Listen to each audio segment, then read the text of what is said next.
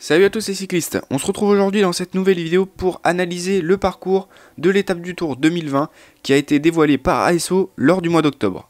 Le départ sera donné de Nice le 5 juillet 2020 pour une boucle de 177 km à travers l'arrière-pays niçois pour une arrivée qui se fera également à Nice le long de la promenade des Anglais.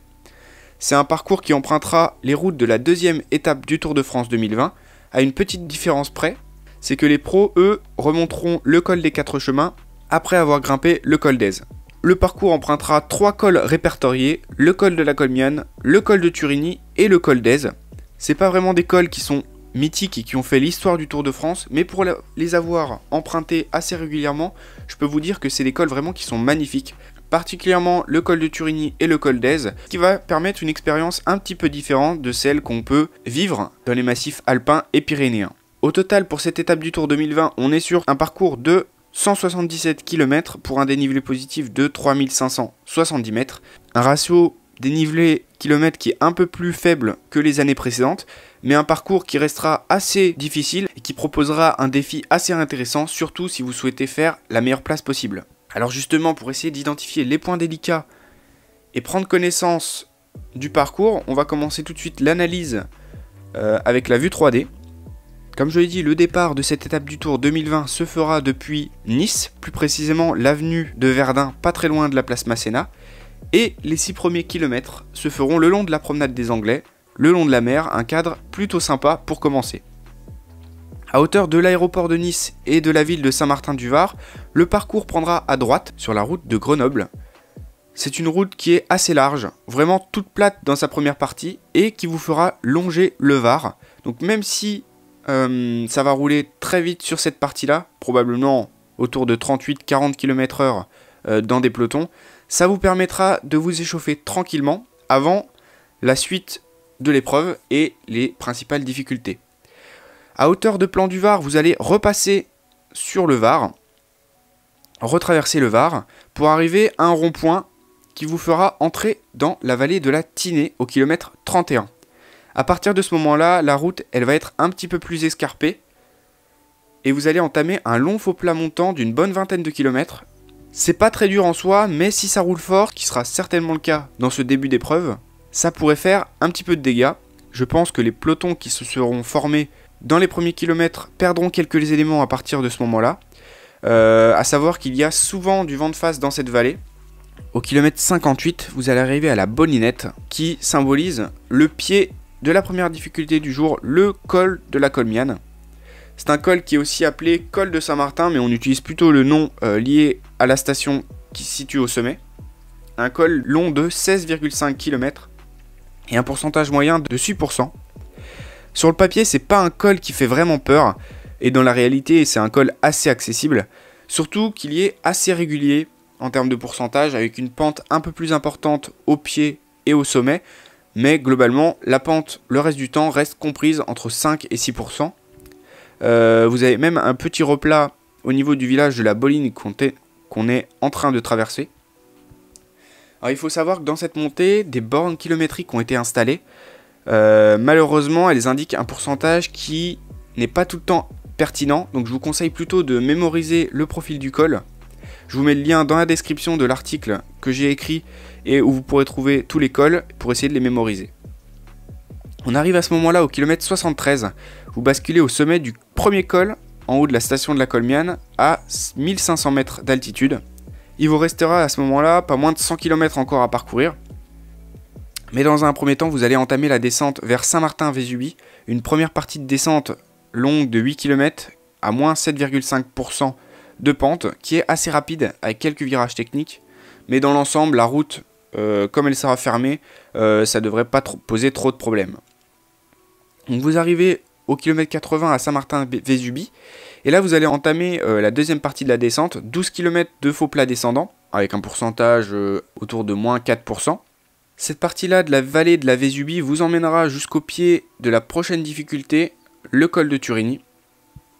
Le col de Turini qui pour moi est le gros morceau de cette étape du Tour 2020. Ça représente 15,8 km d'ascension pour un pourcentage moyen de 7,5% et un dénivelé positif de 1104 mètres. Donc autant vous dire que là, On est sur une autre catégorie de col par rapport à celui de la Colmiane. Ce qui fait en réalité sa difficulté, c'est qu'il ne propose quasiment aucun replat, si ce n'est un petit replat au niveau du village de la Bolène Vésubie qu'on vient de traverser. Et surtout, un pourcentage qui est un peu plus important sur la fin du col. Les 4 derniers kilomètres sont autour de 8%. C'est un col dans lequel vous ne trouverez pas vraiment de pourcentage très dur, au-delà de 10%, mais la pente sera toujours importante. Ça veut dire que pour moi, il faut prévoir ça dans votre stratégie de gestion de l'effort. En garder par exemple lors de la première vallée qui remonte jusqu'au pied du col de la Colmiane, pour pouvoir monter ce col de Turigny à un bon rythme et effectuer les derniers kilomètres à 100%, en vous disant que derrière il y a une longue descente vers Nice et vous pourrez essayer de récupérer. Le sommet du col est situé à 1607 mètres d'altitude, et en basculant vous allez entamer la longue redescente vers Nice, qui sera découpée en plusieurs parties, et qui fera en total pas moins de 45 km, donc 45 km de descente vous attendent après avoir franchi le col de Turigny. La première partie c'est un faux plat descendant donc dans la forêt, sur une route assez sinueuse pour rejoindre Peracava, donc à peu près 9 km de faux plat descendant. Et après avoir passé Peracava, vous prendrez à gauche et vous emprunterez ce qui est pour moi l'une des plus belles routes de France à emprunter en vélo.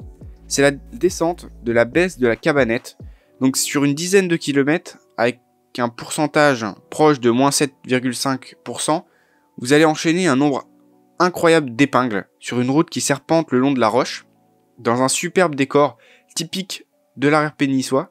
C'est assez impressionnant et je pense que la plupart des cyclistes qui feront cette étape du Tour se souviendront de cette descente. Donc après cette partie technique de la descente, vous allez arriver à Lucéram, qui est également un village typique de l'arrière-pays niçois. Vous allez regagner une route un peu plus large qui vous mènera à l'Escarène. Profitez-en pour vous ravitailler en solide, en liquide, pour ne pas trop subir sur la fin du parcours et avoir l'énergie nécessaire pour finir l'épreuve de la meilleure façon qui soit.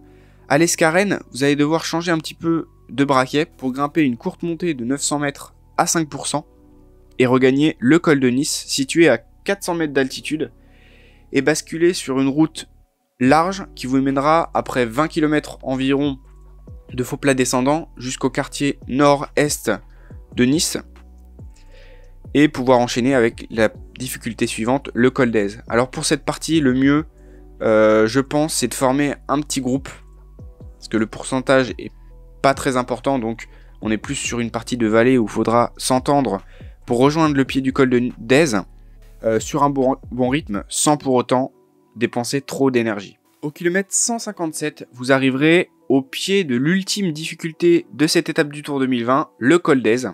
Alors pour son versant depuis Nice, on est sur une montée qui représente 7,8 km si on enlève les 2 derniers kilomètres qui sont quasiment plats, avec un pourcentage moyen de 6% et un dénivelé positif de 473 mètres.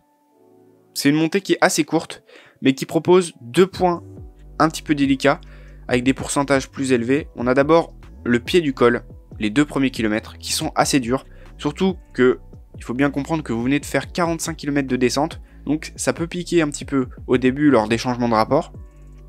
Et ensuite, le point le plus délicat de cette ascension, c'est la rampe qui est située juste après le replat du col des 4 chemins. Donc là, le pourcentage est pas loin de 10%. C'est la partie la plus dure du col. Sur la deuxième partie de l'ascension, profitez bien de la vue qui est dégagée sur toute la mer sur votre droite. Vous allez en prendre plein les yeux dans les derniers kilomètres d'effort et c'est assez cool. Lorsque vous allez arriver en haut du col d'Aise, vous allez prendre à droite pour rejoindre Aise Village sur une première partie de descente qui est assez rapide. Pourtant, un pourcentage qui est assez important, une pente qui est assez raide. Et la suite de la descente se fera sur une route qui est un peu plus large, sur la route de la Moyenne Corniche, qui vous emmènera via le col de Villefranche-sur-Mer jusqu'au port de Nice. À ce moment-là, vous n'aurez plus que quelques centaines de mètres à parcourir pour rejoindre l'arrivée de cette étape du Tour 2020. C'est un parcours qui s'annonce particulièrement dépaysant et qui permettra au plus grand nombre de découvrir l'incroyable terrain de jeu qu'offre pour les cyclistes la région niçoise. Un cadre qui est vraiment sympa.